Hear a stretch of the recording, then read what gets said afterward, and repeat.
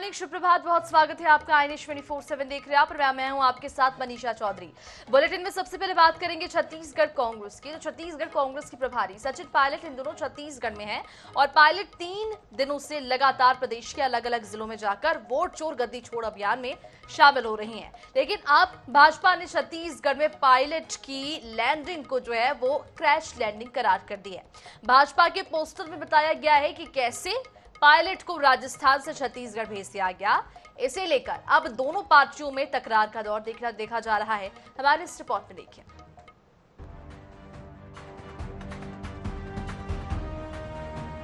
राजस्थान से गिरा छत्तीसगढ़ में अटका। भाजपा ने ये पोस्टर छत्तीसगढ़ कांग्रेस के प्रभारी सचिन पायलट के लिए जारी किया है। ये सही है कि पायलट की इच्छा राजस्थान की सत्ता के कॉकपिट में बैठने की थी, लेकिन कांग्रेस हाईकमान ने उन्हें बतौर महासचिव छत्तीसगढ़ कांग्रेस की जिम्मेदारी सौंप दी। बीते कुछ वक्त से पायलट छत्तीसगढ़ कांग्रेस को मजबूत करने फील्ड पर पसीना बहा रहे हैं। पायलट जहां पार्टी के कार्यकर्ताओं को रिचार्ज करने की कोशिश में जुटे हैं, वही वरिष्ठ नेताओं को एकजुट करने की चुनौती का भी सामना कर रहे हैं। यही वजह है कि भाजपा ने अपने पोस्टर में पायलट को राजस्थान से छत्तीसगढ़ भेजने की बात कही है। पोस्टर में राहुल गांधी और अशोक गहलोत जहां सचिन पायलट को राजस्थान से धकेलते नजर आ रहे हैं, तो वही भूपेश बघेल और दीपक बैज पायलट को कैच करते भी नजर आ रहे हैं। यही वजह है कि अब इस मामले में भाजपा और कांग्रेस एक दूसरे पर तंज कस रहे हैं। दूसरे को उछालने की राजनीति कांग्रेस में होती ही रहती है। मध्य प्रदेश में कैसे किसको उछाला गया और कौन कहाँ गिरा ये सब जान रहे हैं। राजस्थान में किस तरह से इनके भी सचिन पायलट अशोक गहलोत के भी एक दूसरे को उछालने का खेल चलता था, उसे भी पूरा देश ने देखा है। सचिन पायलट जी छत्तीसगढ़ में अपना मन मार के यहाँ पर जो भी काम कर रहे हैं वो उसको पूरा छत्तीसगढ़ भी देख रहा है। सबको पता है कि सचिन पायलट जी की क्या भूमिका रहती है, अशोक गहलोत की क्या भूमिका रहती है। कांग्रेस की राजनीति ही सत्ता लुलुपता की राजनीति है। सत्ता के लोभ में एक दूसरे को नीचे दिखाना कांग्रेस की परंपरा है, कांग्रेस की संस्कृति है। बड़ी संख्या में लोग कार्यक्रम में आए, पदयात्रा में शामिल हुए, हस्ताक्षर अभियान में शामिल हुए। उसके बाद कोरबा की मशाल रैली हो या फिर बिलासपुर में मुंगेली में कार्यक्रम में भीड़ का उमड़ना, उसके कारण भारतीय जनता पार्टी बौखलाई हुई है और इसी बौखलाहट में पोस्टर जारी कर रहे हैं। छत्तीसगढ़ की सियासत इन दिनों कार्टून पोस्टरों के इर्द गिर्द ही घूम रही है। कभी भाजपा पोस्टर जारी करती है तो कभी कांग्रेस पोस्टर जारी करती है। अब सचिन पायलट को लेकर भाजपा ने पोस्टर जारी किया है।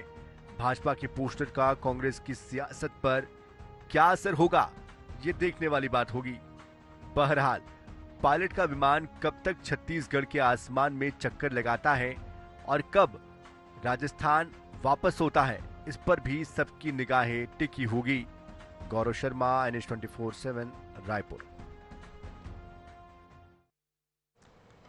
इधर कांग्रेस सांसद और लोकसभा में नेता प्रतिपक्ष राहुल गांधी ने एक बार फिर से वोट चोरी के मुद्दे पर सरकार और चुनाव आयोग को कटघरे में खड़ा किया।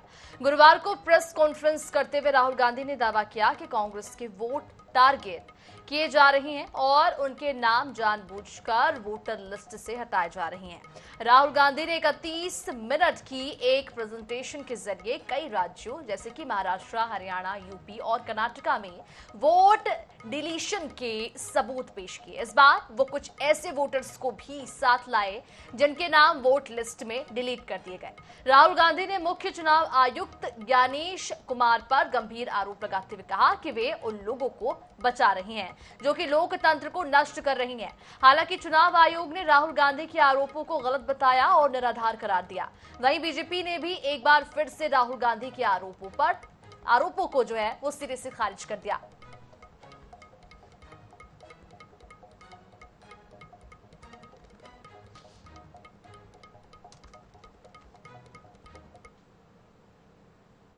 कि इलेक्शन कमीशन के अंदर से हमें मदद मिलनी शुरू हो गई। मैं साफ बोल देता हूं, इलेक्शन कमीशन के अंदर से, पहले नहीं हो रहा था। अब इलेक्शन कमीशन के अंदर से इंफॉर्मेशन आ रही है। ये रुकेगा नहीं, ये रुक नहीं सकता है, क्योंकि हिंदुस्तान की जनता इस बात को एक्सेप्ट नहीं करेगी। एक बार हिंदुस्तान की जनता को, हिंदुस्तान के युवाओं को पता लग गया कि वोट चोरी हो रही है, उनकी शक्ति लग जाएगी। And it's a completely organized effort. It's very clear that the Election Commission is involved in this effort, and Rahul ji has very clearly exposed it. आखिरकार इलेक्शन कमीशन ने अपना काम कर दिया, और अगर इलेक्शन कमीशन ने कहा कि ऑनलाइन किसी का वोट नहीं कट सकता और बगैर किसी को पर्याप्त समय दिए और उसकी बात सुने बिना उसका वोट नहीं कट सकता, तो फिर राहुल जी जो आरोप लगा रहे हैं वो निराधार हैं। इसीलिए वो शपथ पत्र एफिडेविट देने से घबरा रहे हैं। इसीलिए राहुल गांधी जी बार बार आते हैं, कई बार धमाका करने की बात करते हैं, ब्लैक एंड व्हाइट करने की बात करते हैं, लेकिन सब ब्लैक ही करके चले जाते हैं। राहुल गांधी संविधान समझते हैं। सुप्रीम कोर्ट गए ना, सुप्रीम कोर्ट ने सब दिशा निर्देश किया ना, कोई स्टे किया क्या? न कानून समझते हैं, न सुप्रीम कोर्ट के आदेश को समझते हैं, खाली संविधान संविधान किए रहते हैं। मोटी बात बहुत साफ है, राहुल गांधी को वोट नहीं मिलता तो हम क्या करें? और उनके इस लक्षण से और इस आचरण से, जिस तरह की वो बदजुबानी करते हैं, जिस तरह से प्रधानमंत्री विपक्ष पर हमले करते हैं, देश उनको कभी नहीं वोट देगा। इतने लंबे समय के अपने शासनकाल में जनता का विश्वास हो चुकी है, और एक समय एक छत्र देश और प्रदेशों में शासन करने वाली कांग्रेस पार्टी जनता का विश्वास खो चुकी है, और आज वो सीमित हो गए हैं और उनके पास कोई मुद्दा है नहीं, मुद्दा विहीन हो गए हैं।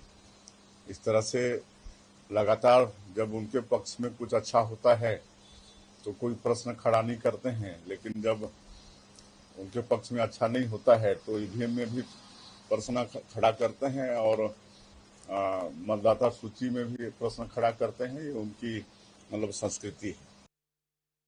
इधर छत्तीसगढ़ के चर्चित शराब घोटाले में ईडी ने नया खुलासा किया। ईडी का कहना है कि पूर्व मुख्यमंत्री भूपेश बघेल के बेटे चैतन्य बघेल इस पूरे खेल का मास्टरमाइंड है। ईडी ने सोमवार को कोर्ट में अपनी चौथी चार्जशीट दाखिल की, जिसमें कि कहा गया कि चैतन्य ने ही घोटाले से कमाए हैं 1000 करोड़ रुपए से ज्यादा की रकम। साथ ही ईडी का आरोप यह भी है कि चैतन्य जानबूझकर इस काले धन को छिपाने और इस्तेमाल करने में लगे हुए थे। उप मुख्यमंत्री का बेटा होने की वजह से उनकी चलती थी, और वो सिर्फ नाम के लिए नहीं बल्कि पूरे रैकेट को चला भी रहे थे। ईडी के मुताबिक ये पूरा शराब घोटाला जो है वो 3000 करोड़ से भी ज्यादा का है।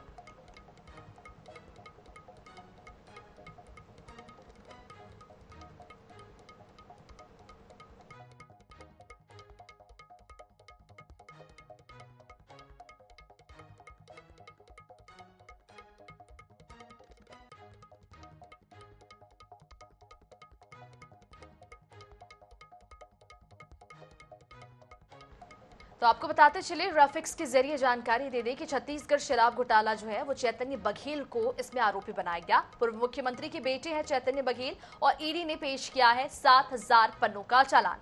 चैतन्य को बताया घोटाले का मुख्य हैंडलर और अनवर ढेबर, अनिल टुटेजा समेत 3 दर्जन आरोपी भी इस पूरे मामले में बनाए गए। ईडी के मुताबिक 3000 करोड़ से ज्यादा का घोटाला पैसों की वसूली के लिए बिग बॉस के नाम से बनाया गया था ग्रुप। चैतन्य पर आरोप है कि चैतन्य ने 1000 करोड़ की ब्लैक मनी हैंडल की।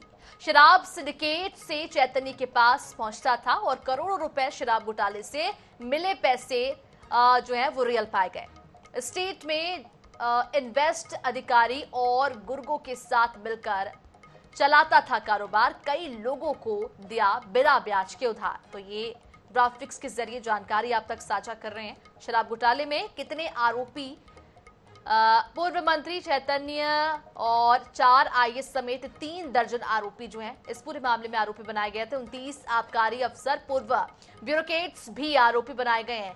ईडी के अलावा ईओडब्ल्यू और स्थानीय पुलिस भी इस पूरे मामले में जांच पड़ताल कर रही है। आरोपियों को 2 बार जमानत दिया जा चुका है, लेकिन रिहाई अभी तक नहीं दी गई है। अब तक 200 से ज्यादा लोगों से पूछताछ की जा चुकी है।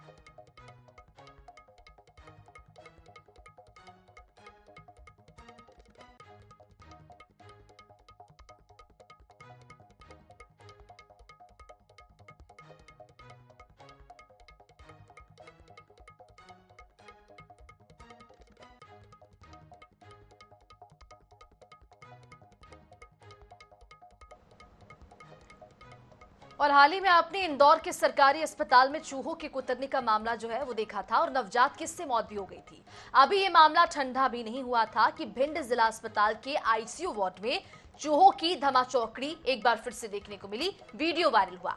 दरअसल मरीज के परिजन ने चूहों की धमाचौकड़ी का वीडियो बनाया और उसे सोशल मीडिया पर वायरल कर दिया। वहीं मामले में जो है सिविल सर्जन ने चूहों के किसी को काटने की बात को सिरे से खारिज कर दिया।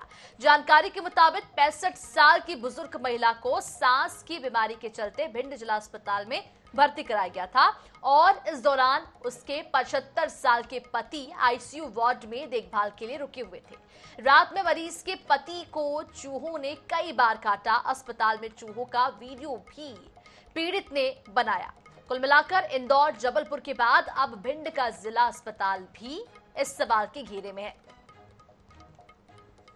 तस्वीरें आप देख सकते हैं किस तरह से चूहों की धमाचौकड़ी देखी जा रही है। पहले तो इंदौर, उसके बाद अब भिंड में भी इस तरह का मामला सामने आया जहां पर चूहे जो हैं वो वार्ड में देखी जा रही हैं। और कुछ दिनों पहले ही इंदौर में इस तरह की वारदात सामने आई थी जहां पर चूहों के काटने से नवजात की मौत हो गई थी। वो मामला अभी ठंडा हुआ भी नहीं था कि अब जो है भिंड से एक और मामला सामने आया। रात को काट लिए थे, बहुत सारे चूहे थे। बहुत चूहे आए थे इसमें। तो आपको इसका क्या इंजेक्शन लगवाए क्या? नहीं काटा था?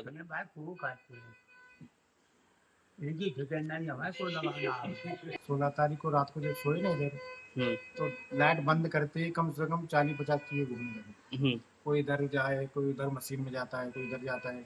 पिताजी के बेड के नीचे भी घुस गए। तो अब उनको रखा है कि पिताजी को रखाएंगे। बताओ उनकी क्या स्थिति, कंडीशन उस टाइम खराब थी। काफी मात्रा में चूहे थे यहाँ। अरे काफी मात्रा में, हम कह रहे हैं ऐसी कोई मशीन है उसके अंदर चूहा नहीं है।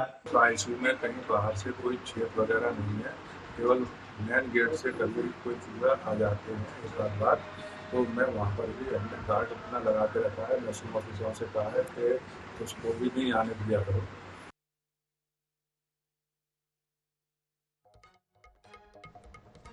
इधर मध्य प्रदेश के सरकारी अस्पतालों में चूहे का आतंक लगातार देखा जा रहा है। भिंड, शिवपुरी, जबलपुर, अब इंदौर में मरीजों पर चूहों के हमले की खबर सामने आ चुकी है। आईएनएच न्यूज ने प्रमुखता से मरीजों की जान से खिलवाड़ को लेकर खबर दिखाई। भिंड के जिला अस्पताल का हाल आपने देखा ही, वहीं शिवपुरी मेडिकल कॉलेज के हालात भी आपने देखे। यहाँ पर एसएनसीयू वार्ड में चूहे घूमते हुए देखे गए। चूहों के देखे जाने के बाद से नवजातों की सुरक्षा पर सवाल भी खड़े हुए। इधर मामले को तूल पकड़ता देखकर अस्पताल प्रबंधन ने सफाई दे डाली। प्रबंधन का कहना है कि किसी को कोई भी नुकसान नहीं हुआ। वहीं जबलपुर के नेताजी सुभाष चंद्र बोस मेडिकल कॉलेज में मनोरोग चिकित्सा विभाग में 2 मरीज और उनके अटेंडर को चूहों ने कुतर दिया। प्रबंधन की लापरवाही इसमें भी सामने आई। घटना के बाद ड्यूटी पर तैनात डॉक्टरों और नर्स को जानकारी दी गई तो उनका कहना था कि कुछ नहीं होगा, इंजेक्शन लगवा दिया जाएगा। मेडिकल मीडिया में खबर आने के बाद जो है वो अधिकारी अब पेस्ट कंट्रोल एजेंसियों को नोटिस जारी करने में लगे हुए हैं। इधर इंदौर के एमवाई अस्पताल के एनआईसीयू वार्ड में भर्ती नवजातों पर चूहों ने हमला कर दिया था और उनके हाथ कुतर डाले थे। इलाज के दौरान दोनों नवजातों की मौत हो गई।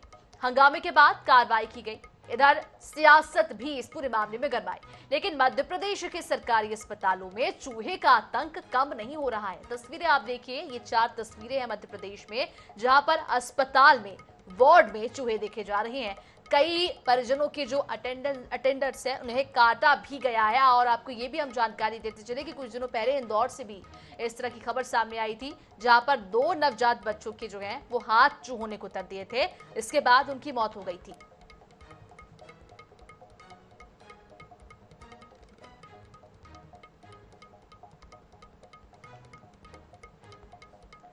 चलिए बढ़ते आगे। अब बात करेंगे अखिल भारतीय कांग्रेस कमेटी एआईसीसी की। जी हां, एआईसीसी के महासचिव और छत्तीसगढ़ प्रदेश प्रभारी सचिन पायलट ने गुरुवार को राजनांदगांव जिले के प्रवास के दौरान वोट चोर गद्दी छोड़ अभियान और रैली में हिस्सा लिया। इसका नेतृत्व भी किया।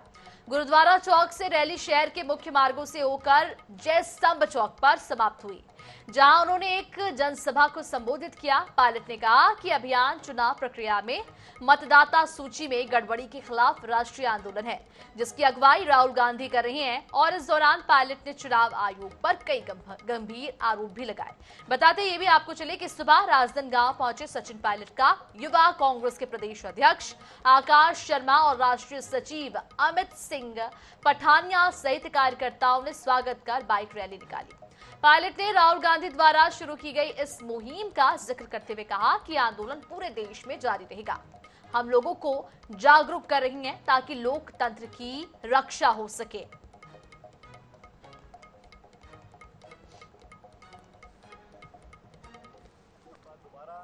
राहुल गांधी जी ने ये प्रमाण दिए हैं कैसे तकनीक का इस्तेमाल कर वोटरों के नाम काटे जाते हैं। वोटर्स के नाम लगातार क्रमबद्ध तरीके से काटे जा रहे हैं। पहले वोट जोड़े जाते थे, अब काटे भी जा रहे हैं। और डिलीशन का जो काम है वो निश्चित रूप से संदिग्ध है। प्रमाण दिए हैं और समय दिया है निर्वाचन आयोग को, उसकी जांच करें और सख्त कार्रवाई करें उन लोगों के खिलाफ जिन्होंने जानबूझ के वोट काटे हैं। वोट चोरी एक बहुत गंभीर मसला है। पूरे देश को जागरूक करने की जिम्मेदारी हम लोगों की है। समूचा विपक्ष, पूरी कांग्रेस पार्टी, इंडिया अलायंस इस मुद्दे पर जनता के बीच जा रहे हैं।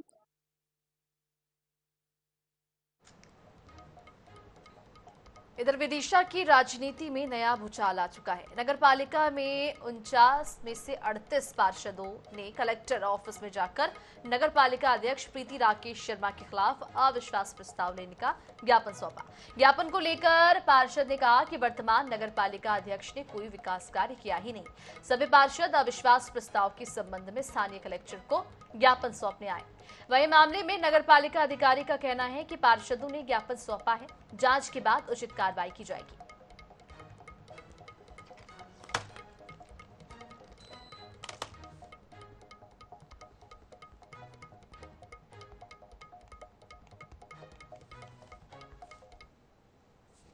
आज कलेक्टर कार्यालय माननीय पार्षदगण सभी यहाँ पर प्रस्ताव लेकर आए थे राइट टू रिकॉल का, तो उसके तहत उन्हें सभी ने अपना प्रस्ताव यहाँ पर सबमिट किया है, जिसकी जांच करके इस पर आगे कार्रवाई की। 3 साल से यही तो कर रहे हैं, मांग कर रहे हैं उनसे कैसा करवा, लेकिन अब हम लोगों को उसमें नहीं है ना। जब तक ऊपर से अध्यक्ष तो उससे नहीं आएगा, जब तक वो हानि भरेंगे, जब तक वो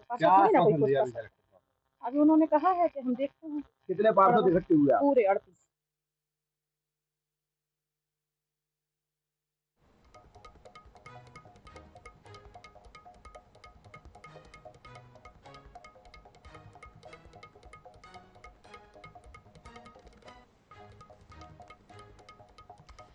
इधर छत्तीसगढ़ के बीजापुर जिले में राष्ट्रीय खनिज विकास निगम एनएमडीसी की बेलाडीला खदानों से निकलने वाला लाल पानी अब जो है आदिवासी समुदायों की जिंदगी पर कहर बनकर टूट रहा है। इस आपदा के खिलाफ ग्रामीण सड़कों पर उतर गए हैं। बीजापुर के विधायक विक्रम मंडावी के नेतृत्व में हिरोली गांव से शुरू हुई ग्रामीणों की पदयात्रा शनिवार को जिला मुख्यालय बीजापुर पहुंचेगी। यहां आम सभा के बाद लाल पानी की समस्या से निजात दिलाने, पर्यावरण संरक्षण, जल संशोधन संयंत्र लगाने, क्षतिपूर्ति देने के साथ ही बुनियादी सुविधाओं की मांग को लेकर राज्यपाल के नाम कलेक्टर को ज्ञापन सौंपा जाएगा।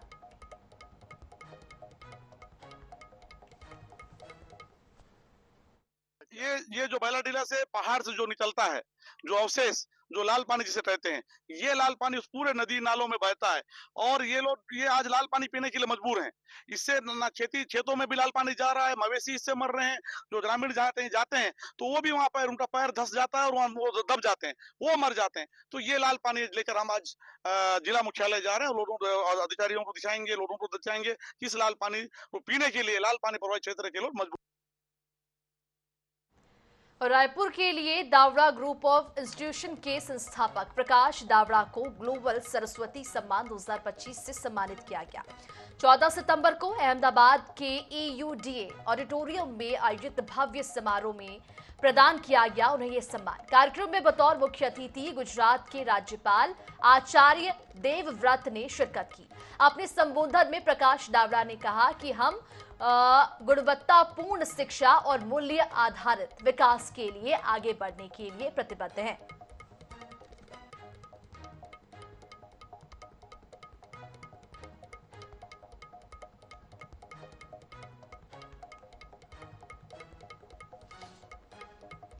और इसी के साथ फिलहाल इस बुलेटिन में इतना ही। देश और दुनिया की तमाम खबरों के लिए बने रहिए INS 24/7 के साथ। नमस्कार।